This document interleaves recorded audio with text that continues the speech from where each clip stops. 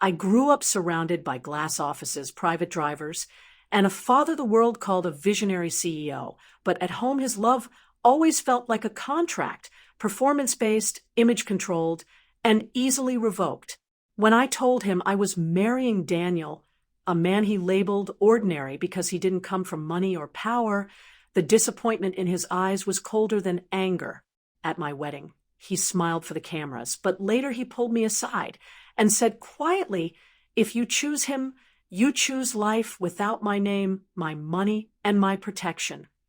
I thought it was emotional manipulation, until the next morning when my cards were declined, my access to family accounts disappeared, and his assistant informed me I was no longer connected to the company in any way. Just like that, I wasn't his daughter. I was a decision he refused to fund.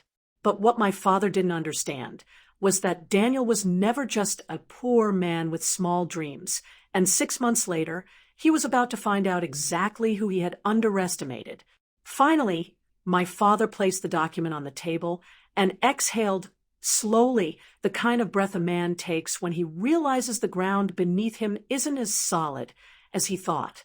The room was silent except for the faint hum of the city outside the glass walls, and for the first time in my life, I wasn't sitting behind him. I was watching him from the other side of the table.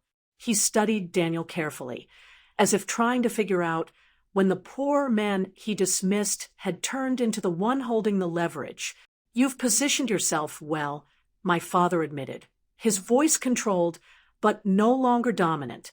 Daniel didn't smile, didn't gloat, didn't even shift in his seat. "I positioned myself quietly," he replied. "There's a difference."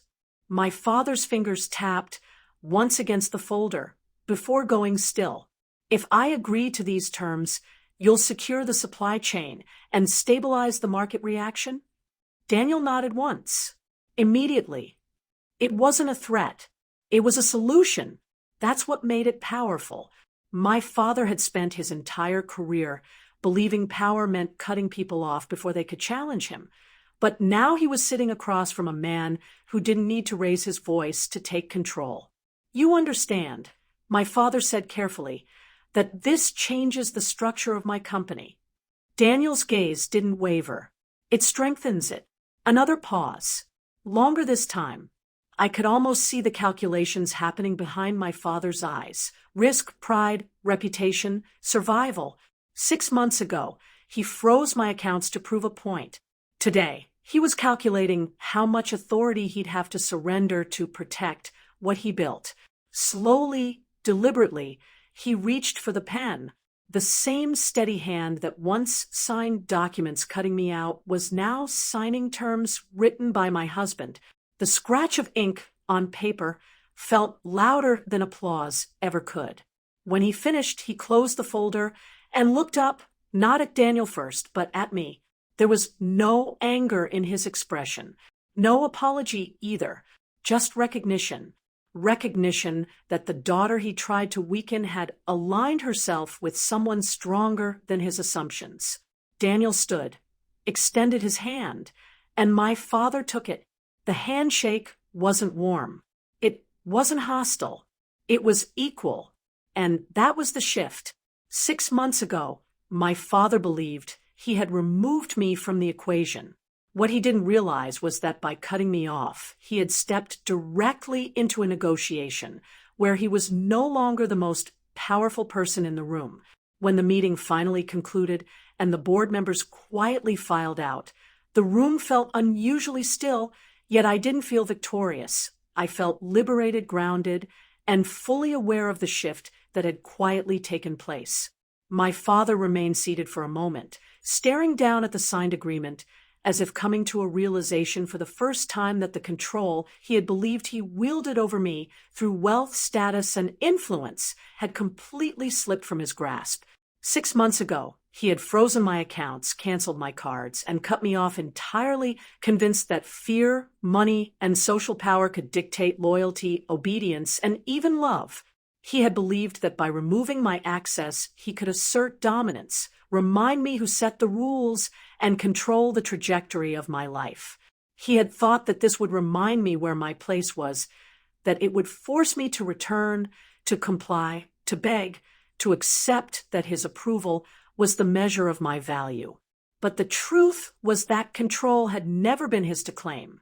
Now, the same man who had once dismissed Daniel as poor and beneath consideration had just relied on him to stabilize his company, and Daniel had done it with calm, quiet confidence, without boasting, without raising his voice, without any need to prove himself to anyone, simply by being prepared, strategic, patient, and steady as we gathered our belongings to leave. My father called my name softly, not as a command, not as a reproach, but almost as if he were acknowledging something he had never truly understood before: my independence, my quiet resilience, my intelligence, and the strength that had always been there, quietly growing while he believed he was teaching me a lesson.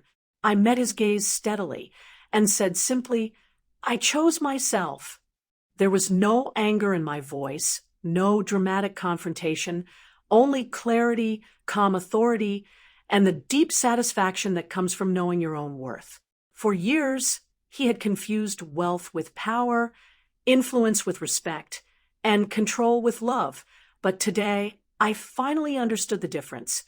Real power comes from building a life independent of anyone else's approval, from standing beside someone who never threatens to withdraw support to assert dominance, from creating stability without needing validation, and from knowing your own value even when the world questions it. Daniel had been steady through every insult, every whispered comment from relatives who assumed I would regret my choices, every attempt my father made to manipulate, intimidate, or assert dominance over me. Yet he had never wavered, never faltered, never once let doubt creep into our partnership. Together, we left the boardroom, not rushing to prove a point, not seeking revenge, not needing recognition or applause, but simply moving forward into the life we had built with patience, strategy, and quiet strength, strong, independent, aligned, and resilient. My father didn't lose his wealth, his company, or his reputation. They all remained intact, but he lost something far more important: the belief that access, money, or intimidation could ever control me, the illusion that he could manipulate my choices or my loyalty by removing privileges or asserting authority. By attempting to control me through threats and financial withdrawal, he had lost what he had never truly owned: my respect, my autonomy, my trust, my willingness to bend to his will. He didn't lose a daughter to a poor husband. He lost the belief that cutting me off could ever give him power over me. He didn't lose me. He lost access.